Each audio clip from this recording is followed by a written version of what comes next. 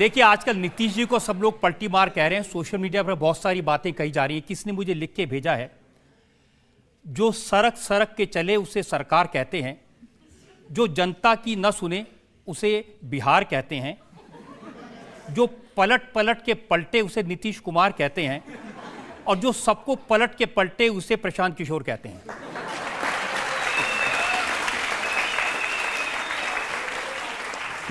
लोगों का नज़रिया है, उसका सम्मान है, डेमोक्रेसी है। अगर लोग ऐसा समझते हैं तो मुझे अपने आचार विचार व्यवहार काम में और बेहतरी करने की ज़रूरत है। ये आरजेडी के एक लीडर ने मुझे कहा, उन्होंने कहा कि नीतीश कुमार को पलटी मारना तो प्रशांत किशोर ने सिखाया, वो उन्हें लेके आए थे हमारे पास।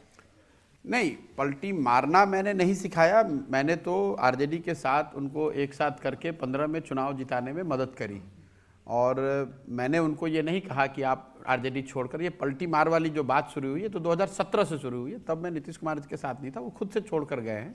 देखिए, नीतीश कुमार पलटू मार हैं या उन्होंने पलटी मारी है, ये बात तो सर्वविदित है, इस पर कुछ बहुत टीका टिप्पणी करने की जरूरत नहीं है। बिहार के परिप्रेक्ष्य से और अभी की जो घटना है उसके नज़रिए से ये चीज़ जरूर है कि जितने अगर नीतीश कुमार बड़े पलटी मार हैं तो मोदी जी और अमित शाह भी कम पलटी मार नहीं। अभी 2 महीना पहले जाकर अमित शाह भाषण देकर आए हैं बिहार में बिना पूछे हुए, तब वहाँ कोई रजत शर्मा नहीं थे।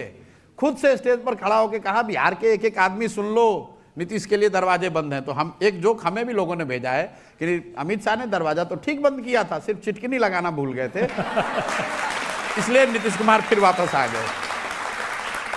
लेकिन लालू जी उस समय कहते थे कि नीतीश के पेट में दांत हैं। हाँ बिल्कुल। ये तो आपने कैसे दोनों को मिला दिया?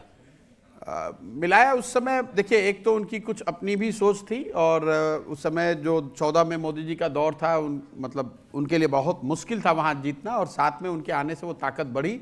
उस चीज़ को हम लोग रैशनली और लॉजिकली समझा पाए, और दोनों साथ में आए और साथ में चुनाव भी जीते।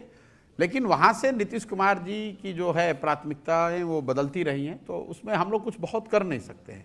देखिए, सिर्फ नीतीश कुमार की बात नहीं, मैंने मान लीजिए कि आंध्र प्रदेश में हमने जगन मोहन रेड्डी की मदद करी, वो जीत गए। अब मैं तो हूँ नहीं, वो जब चुनाव जीते उन्होंने कहा भाई स्पेशल स्टेटस हमें चाहिए, हम भाजपा के खिलाफ लड़ रहे हैं, हम इक्वी डिस्टेंस रहेंगे। और जीतने के बाद अगर वो भाजपा के साथ चले गए तो लोग तो गाली हमें ही देंगे, देते ही लोग गाली। मैं आपको एक उदाहरण देता हूँ पंजाब का। आपको पंजाब में पहली बार जब मेरे दिमाग में आया कि ये काम मुझे नहीं करना है, वो क्यों आया?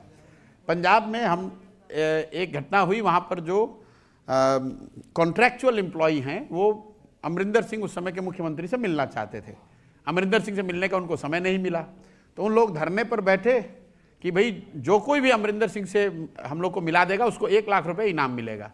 तो उस समय एक आम आदमी पार्टी के जीते हुए एमएलए थे उस समय के, उन्होंने लिखा कि भाई जो आदमी अमरिंदर सिंह से इनको मिलाएगा उनको 1 लाख मिलेगा, जो प्रशांत किशोर को पकड़ के वापस पंजाब लाएगा उसको 5 लाख रुपए मिलेगा। क्योंकि यही आदमी है चुनाव से पहले कह रहा था घर घर कैप्टन, हर घर कैप्टन, और अब चुनाव के बाद कहीं नहीं कैप्टन।